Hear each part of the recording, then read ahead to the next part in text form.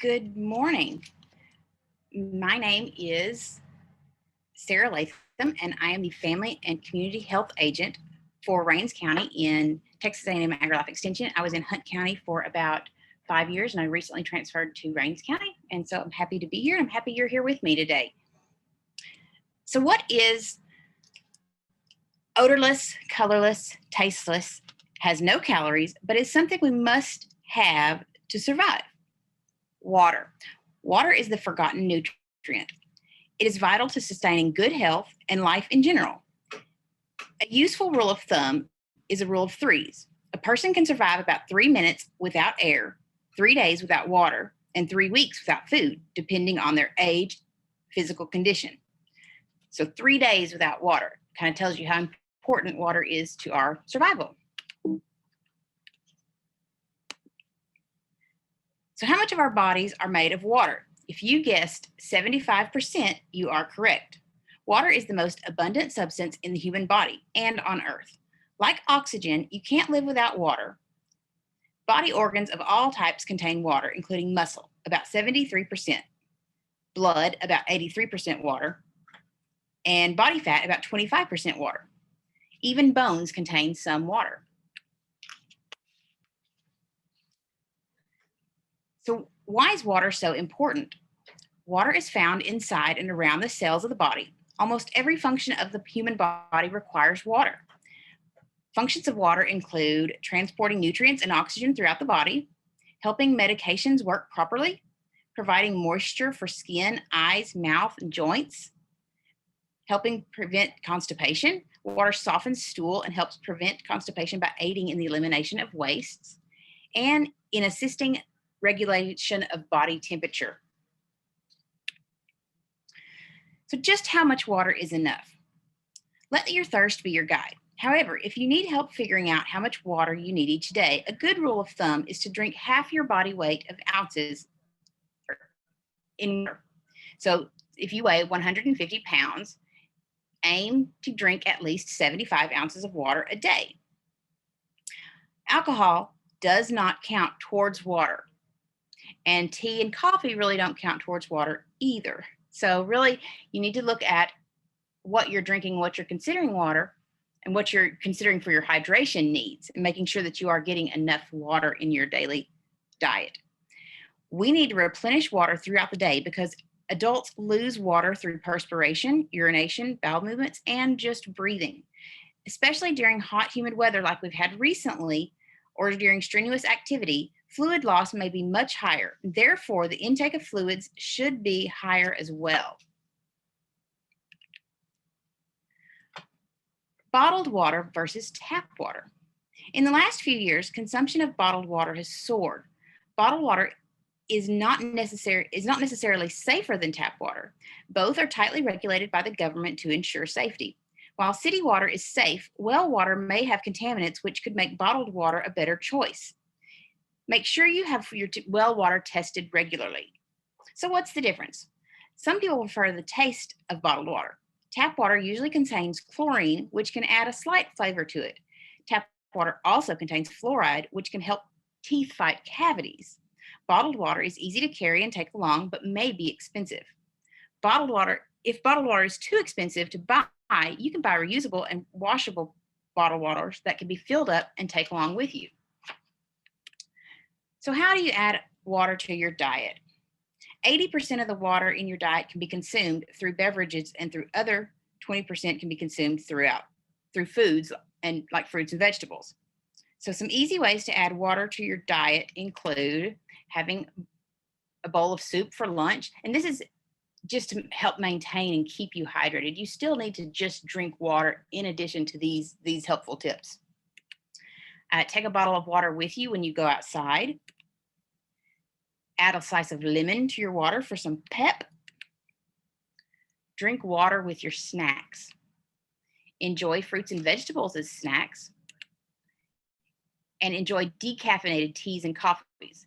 Caffeine acts as a diuretic, which actually makes you lose water during urination at a higher rate than you would without the caffeinated substances.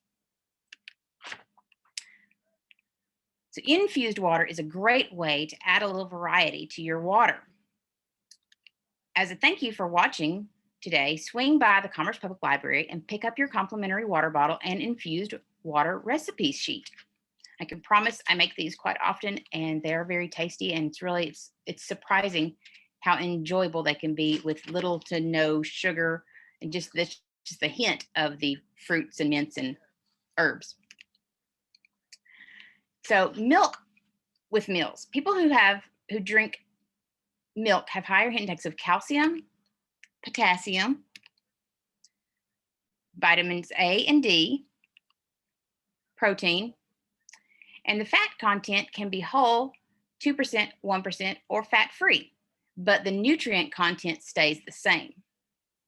So milk does provide necessary fluids and nutrients.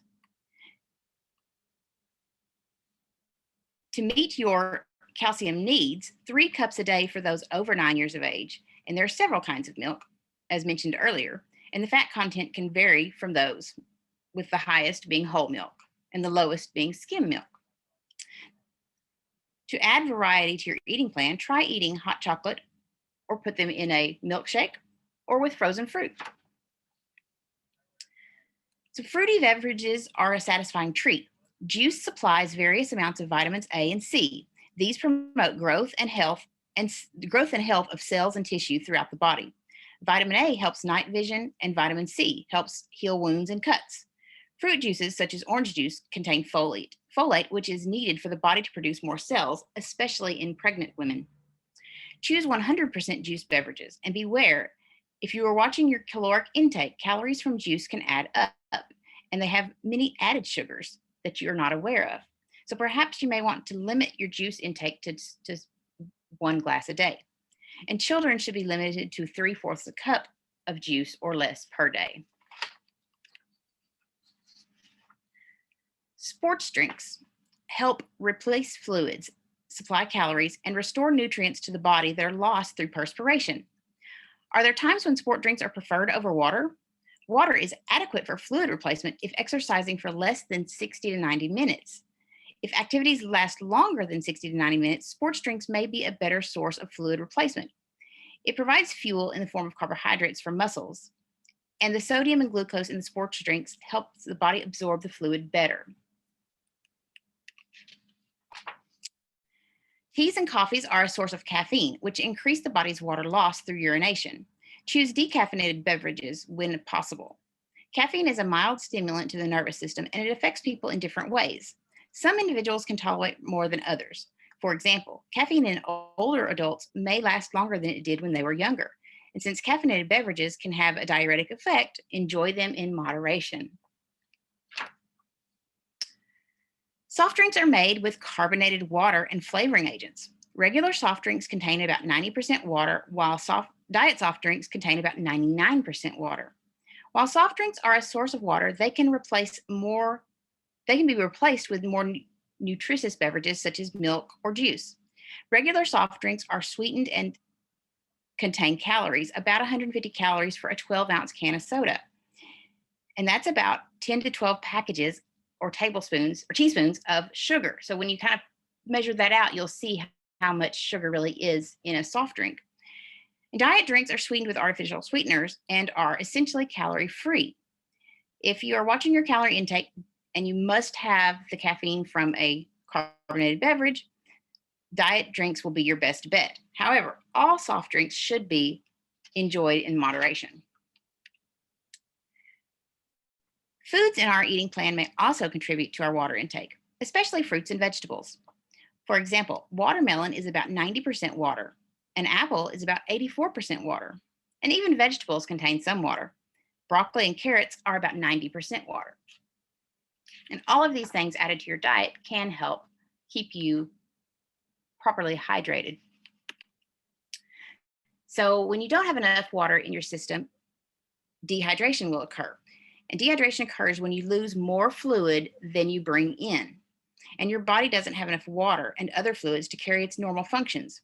And if you don't replace lost fluids, you will get dehydrated. All groups of people are susceptible to dehydration, regardless of your age or physical condition. Be sure to drink about 6 to 8 beverages a day, and be sure to drink water in warm weather or when exercising. Certain groups are more susceptible to dehydration: older adults, infants and children, athletes that are sweating a lot, and those with compromised immune systems, and really just about anyone can be susceptible to dehydration. Dehydration in older individuals is often a significant concern. So, with age, the ability to sense thirst is diminished. And that's why older adults need to drink more fluids more frequently so that they, even if they don't feel thirsty. And there are several reasons why some older adults do not drink enough fluids. For example, some adults may experience difficulty walking to the kitchen to get water or other beverages and may find it hard to swallow fluids. For those people that rely on others for healthcare, they may not be able to communicate their thirst needs to their care provider. Some adults might refrain from drinking fluids for fear of having to get up during the night to use the restroom. So, if you are a caretaker of someone that is aging, you need to make sure that you are helping them get proper hydration by various means. So, dehydration in children is also a concern. Dehydration or not consuming enough fluids can occur easily in children and infants. To prevent this from happening, adults should offer beverages often. Infants should be fed formula or breast milk regularly to prevent dehydration. Ask your baby's doctor when he or she might recommend for you to offer water at what age. Children sometimes get so involved with playing that they might not realize they are thirsty. And so parents need to protect their children and make sure that they have water or drinks available to them and remind them regularly to drink something, especially on hot days like we're having here recently. Some reasons that kids do not drink enough fluids include that they're too busy playing, they might ignore their thirst, they're too young to communicate their thirst, they might have a fever, or they're too irritable to drink. If you have children, you understand this. Irritability can be a big one. In addition to older adults and children, though, athletes run a high risk of dehydration. Through physical activity, lots of water is lost and must be replaced. However, anyone can become dehydrated, especially on hot days. So, if adequate water and other fluids are not taken in, dehydration will occur.